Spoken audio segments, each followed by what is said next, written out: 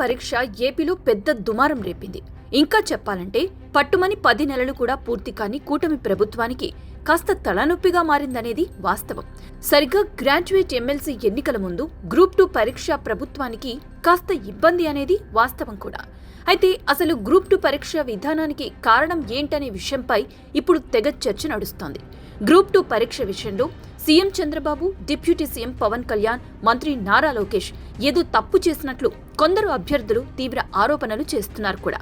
ఇక ఇదే అవకాశంగా తీసుకున్న కొందరు వైసీపీ నేతలు సోషల్ మీడియాలో పోస్టులు పెట్టి మరింత రెచ్చగొడుతున్నారు.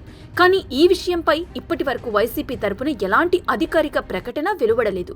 వాస్తవానికి ఏపీలో గ్రూప్ 2 వివాదం మొదలైంది వైఎస్ జగన్ ప్రభుత్వంలోనే. 4 ఏళ్ల పాటు ఎలాంటి నోటిఫికేషన్ ఇవ్వకుండా కాలయాపన చేసిన జగన్ సరిగ్గా ఎన్నికలకు 6 నెలల ముందు హడావిడిగా గ్రూప్ 2 నోటిఫికేషన్ ఇచ్చాడు. 2023 డిసెంబర్లో 899 పోస్టులతో నోటిఫికేషన్ ఇచ్చింది వైసీపీ ప్రభుత్వం. ప్రిలిమ్స్ తర్వాత 92,250 మంది అర్హత సాధించారు. అయితే రోస్టర్ పాయింట్లను కావాలని తప్పుగా ఇచ్చారని అప్పట్లో పెద్ద ఎత్తున ఆరోపణలొచ్చాయి కూడా. కొందరు అభ్యర్థులు కోర్టులో కేసు కూడా వేశారు. అయితే హైకోర్టు ఆదేశాల మేరకు ఫిబ్రవరి 23న మెయిన్స్ పరీక్ష నిర్వహించాల్సిన పరిస్థితి ఏర్పడింది. అదే సమయంలో తుది తీర్పునకు లోబడే నియామకాలు ఉంటాయని హైకోర్టు స్పష్టం చేసింది. రోస్టర్ పాయింట్లు తప్పుగా ఇవ్వడంతో పరీక్ష రద్దు చేయాలని అభ్యర్థులు ఆందోళన బాట పట్టారు.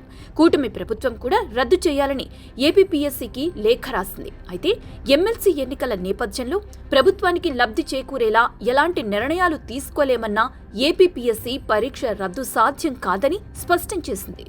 దీంతో అభ్యర్థులంతా ఆందోళన చేపట్టారు. చివరికి అయిష్టంగానే పరీక్ష కూడా హాజరయ్యారు.